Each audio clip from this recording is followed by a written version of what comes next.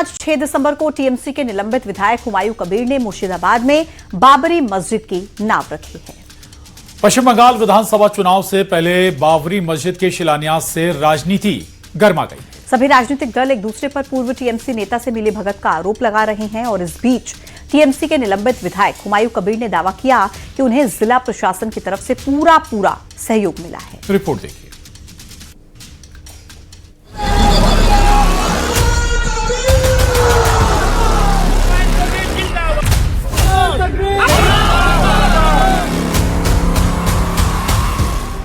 TMC से निकाले गए विधायक हुमायूं कबीर ने 6 दिसंबर को मुर्शिदाबाद के बेलडांगा में बाबरी मस्जिद की नींव रखी।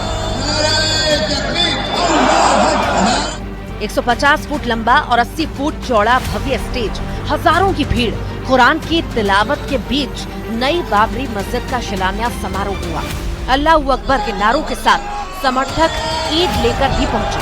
मंच से बाबरी मस्जिद जिंदाबाद के नारे भी लगे। इसी के साथ ही पश्चिम बंगाल विधानसभा चुनाव से पहले राजनीतिक ध्रुवीकरण का स्टेज भी तैयार हो गया है। 6 दिसंबर वही तारीख है जिस दिन 33 साल पहले अयोध्या में बाबरी मस्जिद ढाई गई थी। जैसा कि हुमायूं कबीर ने ऐलान किया कि मुर्शिदाबाद की नई बाबरी मस्जिद वैसी ही होगी जैसी पहले कभी अयोध्या में थी। और दूसरी तरफ से प्रशासन भी काफी है, विवाद भी है इसको लेके, तो जरूर सबसे ज्यादा बहुत ज्यादा सेंसिटिव है। ये जो जगह है वो काफी सेंसिटिव है। सब कुछ मद्देनजर प्रशासन अपना बहुत ज्यादा पुलिस यहाँ पे तैनात किया है और जो लोग ये कर रहे हैं वो लोग भी बोल रहे हैं कि शांतिपूर्ण ढंग से ये पूरा जो प्रोग्राम है वो यहाँ पे करना चाहिए। इस बीच हुमायूं कबीर ने कहा है कि आज मेरा काम बाबरी मस्जिद का शिलान्यास है और मुर्शिदाबाद पुलिस मेरा साथ दे रही है। कुछ नहीं बोलूंगी, पुलिस मेरा पूरा सपोर्ट दे रहा है। पुलिस के साथ बात हो गया। कल ऑनरेबल हाईकोर्ट जो निर्णय लिया इसी पर मुर्शिदाबाद पुलिस, स्टेट पुलिस पूरा मेरे को सपोर्ट दे रहा है, मेरे को सिक्योरिटी दे रहा है, मेरे को शांति से होने के लिए पूरा सपोर्ट पुलिस वाला दे रहा है। रेजीनगर में आपको बुलाया क्या कर? कोई नहीं बुलाया। आपको पास कौन बोला जो मेरे को बुलाया? मेरे को कोऑपरेशन करने के लिए बुलाया। मैं क्यों जाने का वक्त नहीं मिला। रात में पुलिस को अधिकारी के साथ में वेन्यू में बात हो गया। कोई नहीं बुलाया। आपको अपप्रचार कर रहा है। आपको दुश्मनी करके ये नहीं होना देने के लिए आपको किसी को बात मुझे मुख पर ऊपर है। बंगाल के मुर्शिदाबाद में हुमायूं कबीर के बाबरी मस्जिद की नींव रखे जाने पर यूपी के डिप्टी सीएम केशव प्रसाद मौर्य का बयान सामने आया। उन्होंने कहा ये टीएमसी की चाल है। ये सब टीएमसी की नौटंकी है। बाबर के नाम पर एक भी ईंट रखी गई तो सरकार भाजपा की वहाँ आने वाली है, उस एक ईंट को उखाड़ करके फेंक दिया जाएगा। बीजेपी नेता दिलीप घोष ने कहा है कि हिंदुस्तान में बाबरी मस्जिद नहीं बनेगी और लोग देश में राम मंदिर बनने से खुश हैं।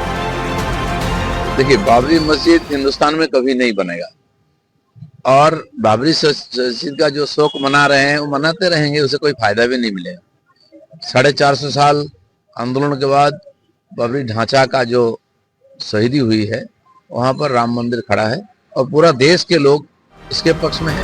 तो इधर कांग्रेस नेता इमरान मसूद ने हुमायूं कबीर को बीजेपी का एजेंट बता दिया। ममता जी बंद क्यों नहीं करती? ममता जी बंद करें ना। ममता जी को सख्त एक्शन दिखाना चाहिए। उनको काहे का डर लग रहा है? मैं बहैसियत मुसलमान कह रहा हूं, सख्ती के साथ एक्शन करें, बंद करें। ये तमाशा नहीं चलेगा। मस्जिद बनानी है मस्जिद बनाओ, लेकिन मस्जिद का नामांकन इस तरह नहीं होगा कि तुम नामांकन करोगे नफरत के नाम के ऊपर।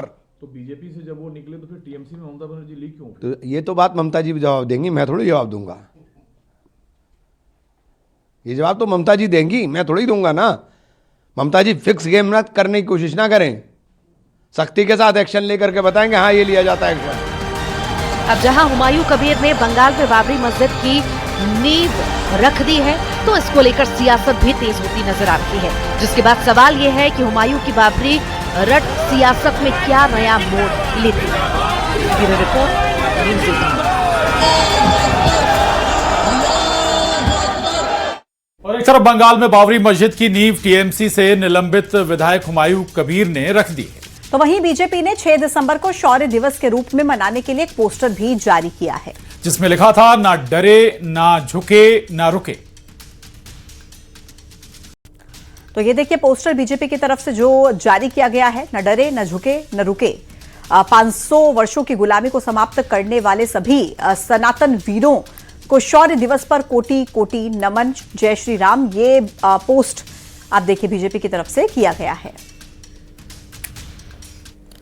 और बीजेपी के इसी पोस्टर पर एआईएमआईएम के अध्यक्ष सदुद्दीन ओवैसी उन्होंने प्रतिक्रिया दी और इसे एक जख्म बताया जिसे ना तो भूला है ना भूलेंगे। कि ना कोई मंदिर को तोड़कर वहां पर मस्जिद बनाई गई, तो फिर किस बुनियाद पर वजीर आजम इस बार इस तरह की बात करते हैं? आखिर वो कौन से जख्म की बात कर रहे हैं? जख्म तो वो है कि 6 दिसंबर 92 को मस्जिद को शहीद नहीं किया गया, बल्कि भारत के संविधान को कमजोर किया गया, आइन को, रूल ऑफ लॉ को कमजोर किया गया, उसको जख्म दिया गया। और आज वजीर आजम इस तरह की बात करते हैं। मेरे अजीज दोस्तों और बुजुर्गों, तकलीफ इस बात से भी होती है कि सुप्रीम कोर्ट के एक जज जो उस बेंच पर बैठकर जजमेंट लिखे, रिटायरमेंट के बाद इंटरव्यू में कहते हैं कि जो मंदिर को तोड़कर मस्जिद बनाई गई। और ब्राह्मण लड़कियों के खिलाफ अभद्र टिप्पणी करने वाले आईएएस संतोष वर्मा के खिलाफ बीजेपी विधायक कोर्ट जाएंगे। भाजपा विधायक उमाकांत शर्मा का बयान आया है जिसमें उन्होंने कहा कि बहन बेटी किसी की भी हो, उसका सम्मान होना चाहिए। ऐसे अधिकारी जो वरिष्ठतम पद पर बैठे हैं, इनके कारनामों की कई शिकायतें हुई हैं। उन्होंने कहा 2002 में सूखा राहत से लेकर अनेक भ्रष्टाचार की शिकायतें हुई हैं। ऐसे में संतोष वर्मा की फाइल को फिर खोला जाए और उस पर कार्रवाई भी की जाए। उन्होंने बताया कि आईएएस संतोष वर्मा के खिलाफ पहले भी कदाचरण की शिकायत हुई थी और उसमें जो राहत मिली थी उसकी जांच फिर से होनी चाहिए। उमाकांत शर्मा का कहना है कि मुझे उम्मीद है कि सरकार उन पर कार्रवाई करेगी, लेकिन अगर सरकार कार्रवाई नहीं करेगी तो जनता की ओर से जनप्रतिनिधि होने के नाते मैं कोर्ट में प्राइवेट इस्तिगासा प्रस्तुत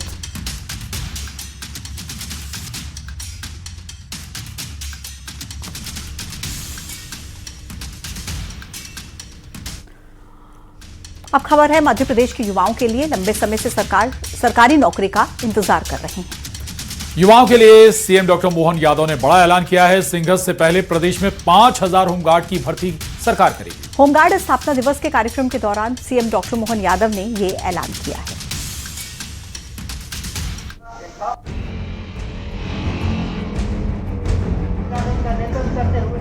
2028 सामने है, ऐसे में 5000 से ज्यादा होमगार्ड के जवानों का भर्ती का लक्ष्य हमने रखा हुआ है।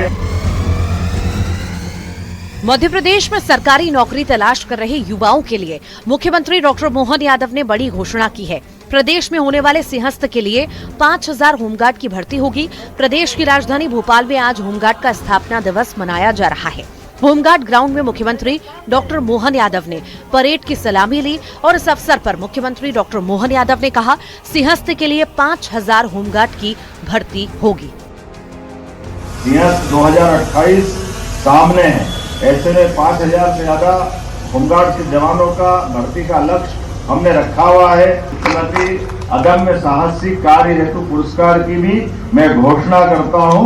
इस तरह से हमारे 10 रेस्क्यू टीमों को प्रति वर्ष 51,000 के पुरस्कार राज्य सरकार की ओर से दिए जाने की मैं घोषणा करता हूं। इसी मंच से 3 वर्ष में 2 माह के बाध्यकाल ऑफ को भी मैं समाप्त करने की घोषणा करता हूं। साथ ही साथ मंच से प्रतिवर्ष मिलने वाली अनुकंपा अनुदान राशि 360 ये थोड़े कम पड़ते हैं, इसको